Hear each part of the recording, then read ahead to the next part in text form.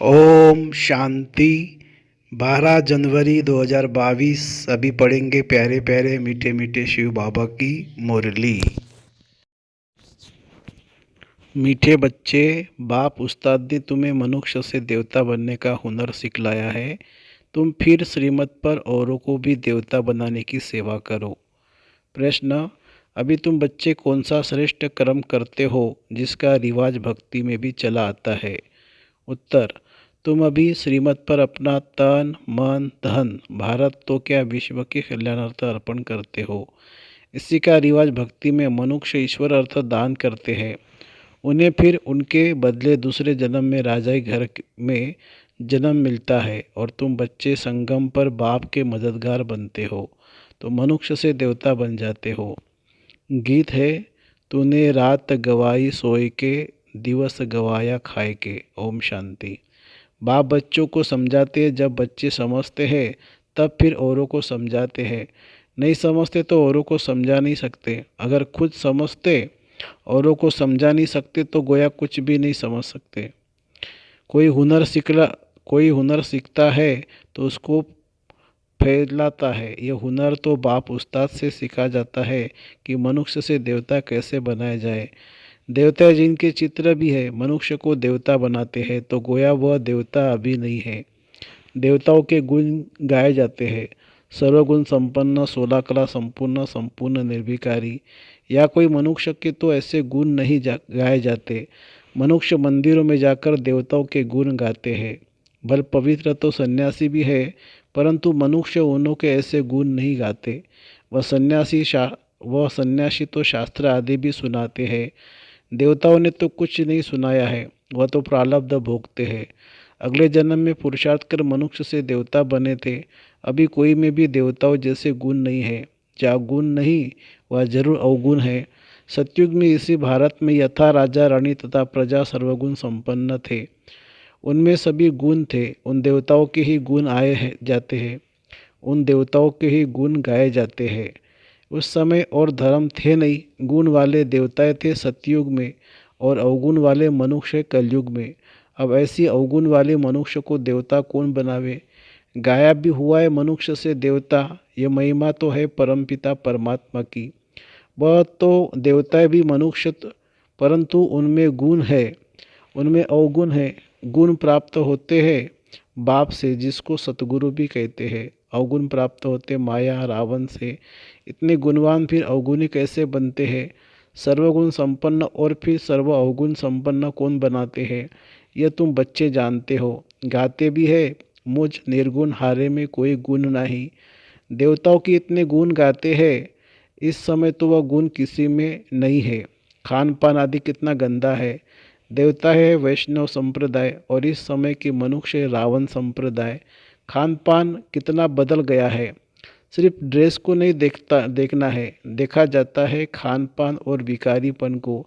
बाप खुद कहते हैं, मुझे भारत में ही आना पड़ता है। ब्रह्मा मुख वंशावली ब्राह्मण ब्राह्मणियों द्वारा स्थापन कराता हूँ। यह ब्राह्मणों का यज्ञ है ना, वह विकारी ब्राह्मण कुख वंशावली है। यह है मुख वंशावली। बहुत फर्क है। जो साहूकार लोग जो यज्ञ रचते हैं उसमें जिस्मानी ब्राह्मण होते हैं। यह है बेहद का बाप। साहूकारों से साहूकार, राजाओं का राजा। साहूकारों का साहूकार क्यों कहा जाता है? क्योंकि साहूकार भी कहते हैं हमको ईश्वर ने धन दिया है। ईश्वर अर्थ दान करते तो दूसरे जन्म में धनवान बनते हैं। इस समय तुम शिव बाबा को सब कुछ तन मन धन अर्पण करते हो तो कितना उच्च पद पाते हो। तुम श्रीमत पर इतने उच्च कर्म सीखते हो तो तुमको मिलना चाहिए, तुमको जरूर फल मिलना चाहिए। तन मन धन अर्पण करते हो, वह भी ईश्वर अर्थ करते हैं। क्यों? कोई के थ्रू यह रिवाज भारत में ही है। तो बाप तुमको बहुत अच्छे कर्म सिखलाते हैं। तुम यह कर्तव्य सिर्फ भारत तो क्या परंतु सारी दुनिया के कल्याण अर्थ करते हो तो उसका एवजा मिलता है मनुष्य से देवता बनने का। जो श्रीमत पर जैसा कर्म करते हैं ऐसा फल मिलता है। हम साक्षी हो देखते रहते हैं कौन श्रीमत पर चल मनुष्य को देवता बनाने की सेवा करते हैं। कितना जीवन परिवर्तन हो जाता है। श्रीमत पर चलने वाले ब्राह्मण ठहरे। बाप कहते हैं ब्राह्मणों द्वारा शूद्रों को बैठ राजयोग सिखलाता हूँ। 5000 वर्ष की बात है, भारत में देवी देवताओं का राज्य था। चित्र दिखाने चाहिए, चित्रों बगैर समझेंगे पता नहीं यह कौन सा नया धर्म है जो शायद विलायत से आता है। चित्र दिखाने से समझेंगे यह देवताओं को मानते हैं। तो समझाना है कि श्री नारायण के अंतिम 84वें जन्म में परमपिता परमात्मा ने प्रवेश किया है और राजयोग सिखला रहे हैं। यह उनके 84वें जन्म का भी अंत है। जो सूर्यवंशी देवता थे उन सभी को आकर फिर राजयोग सीखना है। ड्रामानुसार पुरुषार्थ भी जरूर करेंगे। तुम बच्चे अभी सन्मुख सुन रहे हो और बच्चे फिर इस टेप द्वारा सुनेंगे तो समझेंगे हम भी माता पिता के साथ फिर सो देवता बन रहे हैं। इस समय 84वें जन्म में पूरे बेगर जरूर बनना है। आत्मा बाप को सब कुछ सरेंडर करती है। ये शरीर ही अश्व है जो सुहा होता है। आत्मा खुद बोलती है हम बाप के बने हैं, दूसरा न कोई मैं आत्मा इस जीव द्वारा परमपिता परमात्मा के डायरेक्शन अनुसार सेवा कर रहा हूँ। बाप कहते हैं योग सिखाओ और सृष्टि चक्र कैसे फिरता है वह भी समझाओ। जिसने सारा चक्र पास किया होगा वो इन बातों को झट समझेंगे। जो इस चक्र में आने वाला नहीं होगा वो ठहरेगा नहीं। ऐसे नहीं सारी सृष्टि आएगी, इसमें भी प्रजा ढेर आएगी। राजा रानी तो एक होता है ना। जैसे लक्ष्मी नारायण एक गाया जाता है, राम सीता एक गाया जाता है, प्रिंस प्रिंसेस तो और भी होंगे, मुख्य तो एक होगा ना। तो ऐसा राजा रानी बनने के लिए बहुत मेहनत करनी है। साक्षी हो देखने से पता पड़ता है यह साहूकार राजाई कुल का है या गरीब कुल का है। कोई माया से कैसे हारते हैं, जो भागंती भी हो जाते हैं। माया एकदम कच्चा खा जाती है। इसलिए बाबा पूछते राजी खुशी हो, माया के थप्पड़ से बेहोश व बीमार तो नहीं पड़ते हो। ऐसे बीमार हो पड़ते हैं। फिर बच्चे उनके पास जाते हैं, ज्ञान योग की संजीवनी बूटी देकर सुरजित कर देते हैं। ज्ञान और योग में न रहने के कारण माया एकदम कला काया चट कर देती है। श्रीमत छोड़ मनमत पर चल पड़ते हैं, माया एकदम बेहोश कर देती है। वास्तव में संजीवनी बूटी यह ज्ञान की है, इसमें माया की बेहोशी उतर जाती है। ये बातें सभी इस समय की है। सीता भी तुम हो, राम आकर माया रावण से तुमको छुड़ाते हैं। जैसे बच्चों को सिंधा में छुड़ाया रावण लोग फिर चुरा ले जाते थे।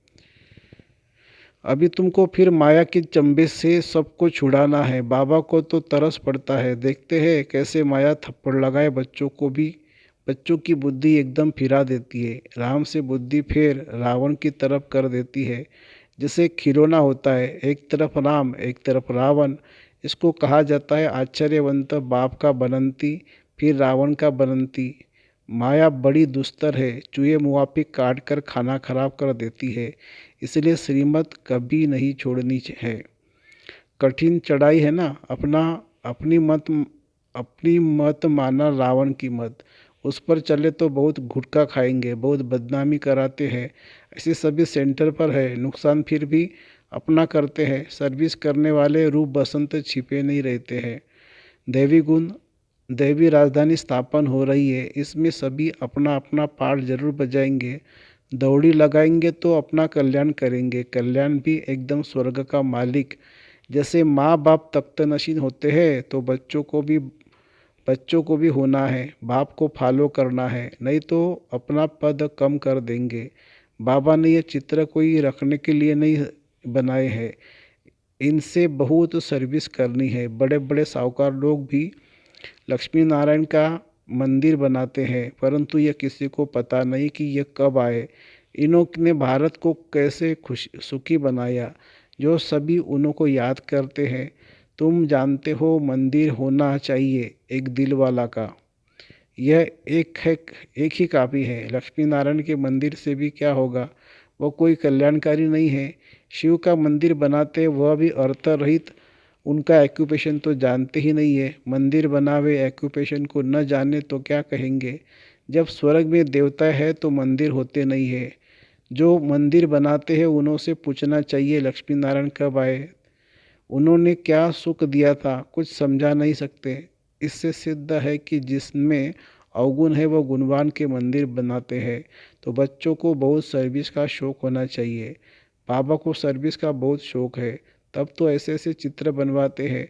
भल चित्र शिव बाबा का बनवाते, परंतु बुद्धि दोनों की चलती है। अच्छा, मीठे मीठे सिखिला दे बच्चों प्रति माता पिता बाप दादा का याद प्यार और गुड मॉर्निंग। रूहानी बाप की रूहानी बच्चों को नमस्ते। हम रूहानी बच्चों की रूहानी माता पिता बाप दादा को याद प्यार, गुड मॉर्निंग और नमस्ते बाबा नमस्ते। फिर रात्रि क्लास है 28/6/1968। यहाँ सभी बैठे हैं, समझते हैं कि हम आत्मा हैं। बाप बैठा है, आत्माभिमानी हो बैठना इसको कहा जाता है। सभी ऐसे नहीं बैठे हैं कि हम आत्मा है बाबा के सामने बैठे हैं। अब बाबा ने याद दिलाया है तो स्मृति आएगी, अटेंशन देंगे। ऐसे बहुत है जिनको बुद्धि बाहर भागती है, या बैठे भी जैसे कि कान बंद है, बुद्धि बाहर में कहाँ न कहाँ दौड़ती रहती है। बच्चे जो बाप की याद में बैठे हुए हैं, कमाई कर रहे हैं। बहुतों का बुद्धि योग बाहर में रहता है, वह जैसे कि यात्रा में नहीं है। टाइम वेस्ट होता है। बाप को देखने से भी बाबा को याद पड़ेगा। नंबरवार पुरुषार्थानुसार तो है ही, कोई कोई को पक्की आदत पड़ जाती है। हम आत्मा है, शरीर नहीं है। बाप नॉलेजफुल है तो बच्चों को भी नॉलेज आ जाती है। अभी वापिस जाना है, चक्र पूरा हो जाता है, चक्र पूरा होता है, अभी पुरुषार्थ करना है। बहुत गई थोड़ी रही। इम्तिहान की दिनों में फिर बहुत पुरुषार्थ करने लग पड़ेंगे। समझेंगे अगर हम पुरुषार्थ नहीं करेंगे तो नापास हो जाएंगे। पद भी बहुत कम हो जाएगा। बच्चों का पुरुषार्थ तो चलता ही रहता है। देहाभिमान कारण विकर्म होंगे, इसका 100 गुना दंड हो जाएगा, क्योंकि हमारी निंदा कराते हैं। ऐसा कर्म नहीं करना चाहिए जो बाप का नाम बदनाम हो जाए। गाते हैं सदगुरु के निंदक ठोर न पावे।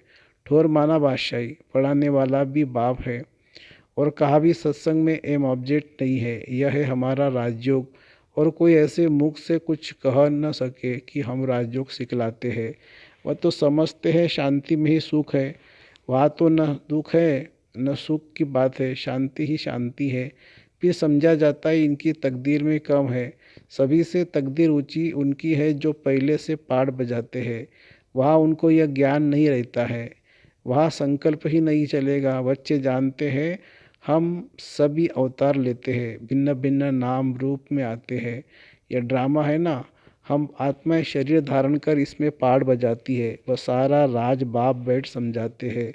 तुम बच्चों को अंदर में अतीन्द्रिय सुख रहता है, अंदर में खुशी रहती है। कहेंगे यह देही अभिमानी है। बाप समझाते भी है, तुम स्टूडेंट हो, जानते हो हम देवता स्वर्ग के मालिक बनने वाले हैं। सिर्फ देवता भी नहीं, हम विश्व के मालिक बनने वाले हैं। यह अवस्था स्थायी तब रहेगी जब कर्मातीत अवस्था होगी। ड्रामा प्लान अनुसार होनी है जरूर। तुम समझते हो हम ईश्वरीय परिवार में हैं, स्वर्ग की बादशाही मिलनी है जरूर। जो जास्ती सर्विस करते हैं, बहुतों का कल्याण करते हैं, तो जरूर उच्च पद मिलेगा। बाबा ने समझाया है यह योग की बैठक यहाँ हो सकती है, बाहर सेंटर पर ऐसा नहीं हो सकती। 4 बजे आना, नेस्टा में बैठना, वह कैसे हो सकता है? नहीं, सेंटर में रहने वाले भल बैठे, बाहर वाले को भूले चूके भी कहना नहीं है। बाहर वाले को भूले चूके भी कहना नहीं है। समय ऐसा नहीं है, यह यहाँ ठीक है, घर में भी ठीक है, वहाँ तो बाहर से आना पड़ता है। यह सिर्फ यहाँ के लिए है। बुद्धि में ज्ञान धारण होना चाहिए, हम आत्मा है, उनका यह अकाल तख्त है। आदत पड़ जानी चाहिए, हम भाई भाई है, हम भाई से बात करते हैं। अपने को आत्मा समझ बाप को याद करो तो विकर्म विनाश हो जाएंगे। अच्छा, मीठे मीठे सिखिला दे बच्चों प्रति माता पिता बाप दादा का याद प्यार और गुड मॉर्निंग। रूहानी बाप की रूहानी बच्चों को नमस्ते। हम रूहानी बच्चों की रूहानी माता पिता बाप दादा को याद प्यार, गुड मॉर्निंग और नमस्ते बाबा नमस्ते। धारणा के लिए मुख्य सार। ज्ञान योग की संजीवनी बूटी से स्वयं को माया की बेहोश से बचाते रहना है। मनमत पर कभी नहीं चलना है। रूप बसंत बन सर्विस करनी है। माता पिता को फॉलो कर तख्त नशीन बनना है। वरदान। अपनी शक्तिशाली स्थिति द्वारा दान और पुण्य करने वाले पूजनीय और गायन योग्य भव। अंतिम समय में जब कमजोर आत्माएं आप संपूर्ण आत्माओं द्वारा प्राप्ति का थोड़ा भी अनुभव करेंगी तो यही अंतिम अनुभव के संस्कार लेकर आधा कल्प के लिए अपने घर में विश्रामी होंगी और फिर द्वापर में भगतपन आपका पूजन और गायन करेगी। इसलिए अंत की कमजोर आत्माओं के प्रति महादानी वरदानी बन अनुभव का दान और पुण्य करो। ये सेकंड का शक्तिशाली स्थिति द्वारा किया हुआ दान और पुण्य आधा कल्प के लिए पूजनीय और गायन योग्य बना देगा। स्लोगन है, परिस्थितियों में घबराने के बजाय साक्षी हो जाओ तो विजय बन जाएंगे। परिस्थितियों में घबराने के बजाय साक्षी हो जाओ तो विजय बन जाएंगे। अच्छा, ओम शांति शांति शांति। शुक्रिया बाबा, शुक्रिया। Thank you Baba, thank you.